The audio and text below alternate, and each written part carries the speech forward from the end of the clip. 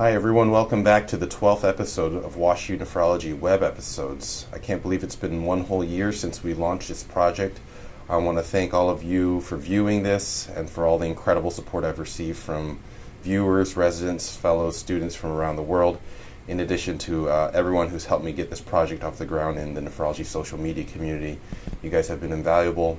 Thank you also to the ASN for selecting this as one of the 2016 Innovations in Kidney Education Contest winners. I've posted my video accepting that award earlier on last week, so please check that out.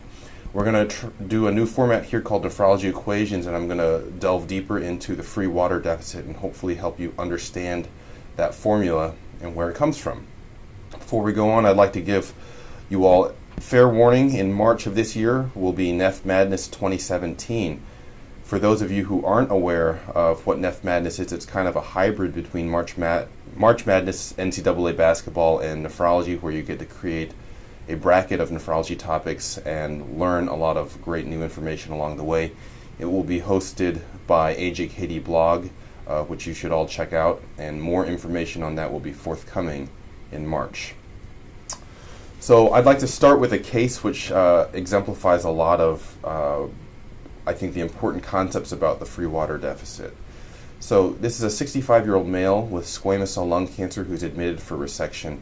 His course is complicated by aspiration, pneumonia, nausea, acute kidney injury thought secondary to ATN, and a bowel obstruction. An NG tube is placed to suction. He is kept NPO. He's required 3 to 4 liters of oxygen via nasal cannulus and surgery, and has mild basilar crackles. His sodium is 165. This has been trending upwards about 5 milliequivalents or millimoles per day for about 5 days now. BUN is 32, creatinine is 1.1. The peak creatinine was 2.5 about 5 days prior, and his urine output now is very robust over the past day, about 2.5 liters. This is a very real case that I saw just on the oncology service not too long ago. So let's think about this a little bit more.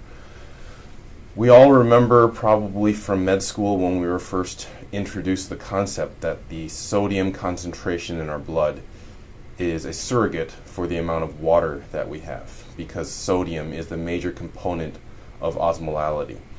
And again, it's very important to remember that the sodium concentration in our blood does not reflect the sodium content in our body.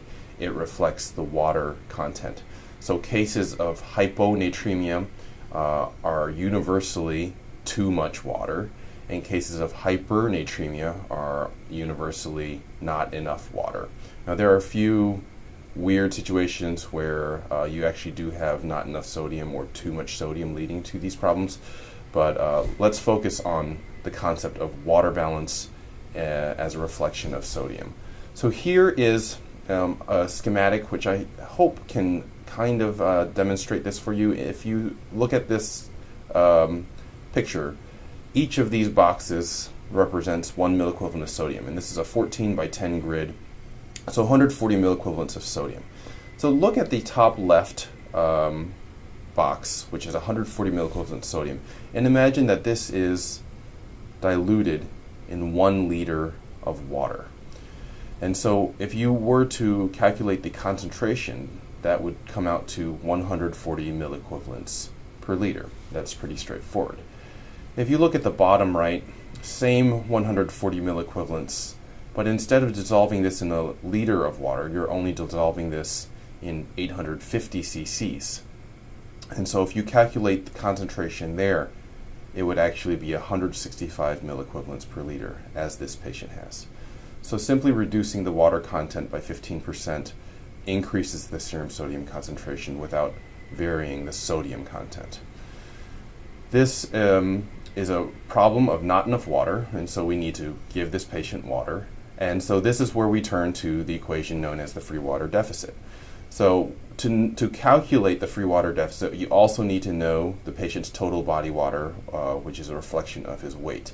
So let's assume this patient's weight is 80 kilograms.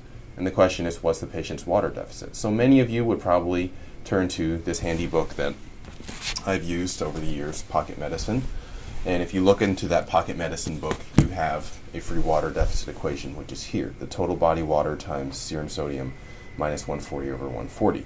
And if you simply just plug in the variables, this patient's total body water is 80 kilos times 0.6 which is 48 liters.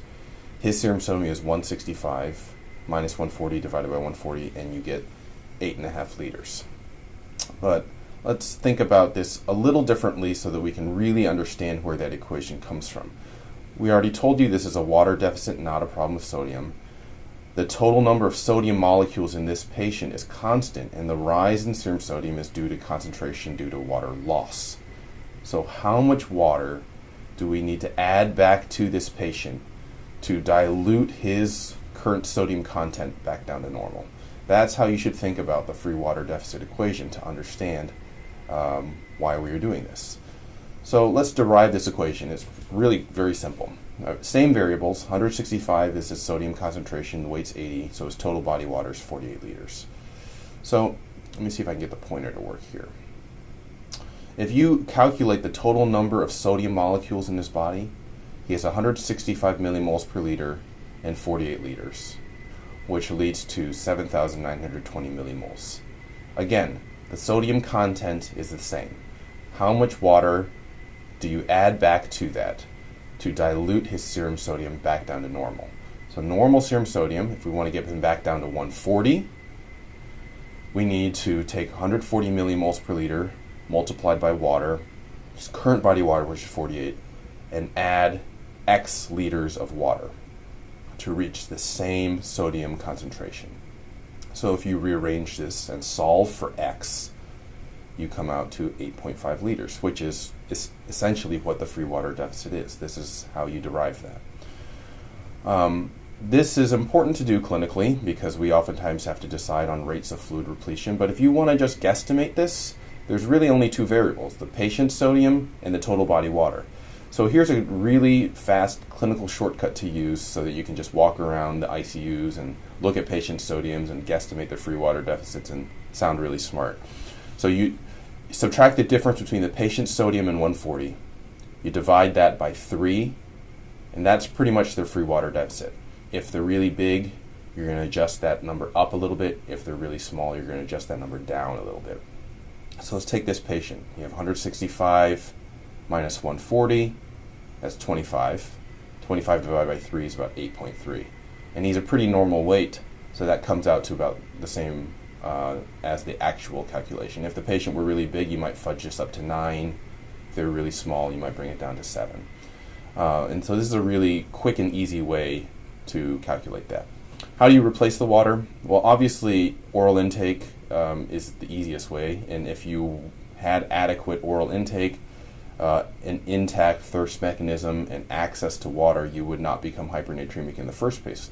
However, in this patient, he's MPO, he's got an NG tube to suction because of the bowel obstruction, and he's losing water from the NG suction, but also from his post-ATN diuresis.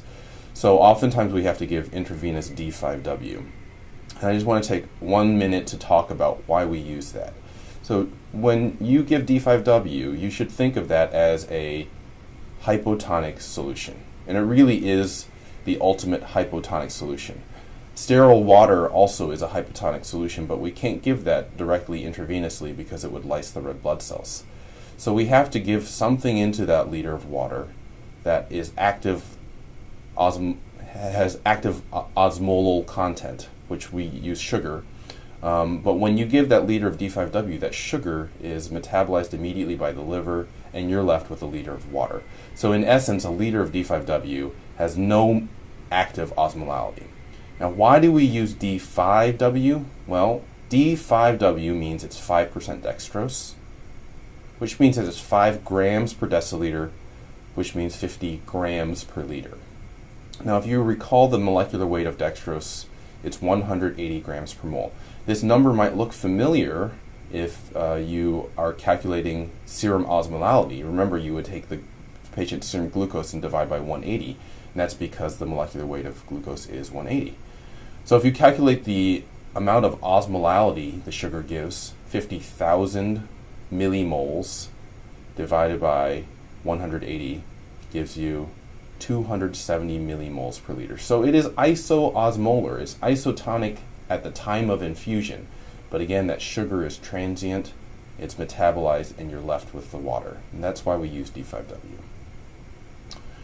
Also recall that when you give a patient water, very little of that expands the extracellular compartment. Water distributes between all compartments, both intracellular and extracellular. What governs the movement of fluid between all of these compartments is the osmotic gradient. So let's look at this far right sample. If you give a liter of water, which you're giving into the intravenous extracellular space via an IV, it distributes extracellular and intracellular. So very little of that actually expands the extracellular compartment, and even less of it expands the intravascular compartment, which is why we don't use D5W as a volume resuscitator. It's also important to recognize that giving this patient D5W to correct his hypernatremia has a very low likelihood of expanding the patient's volume and leading to further volume overload.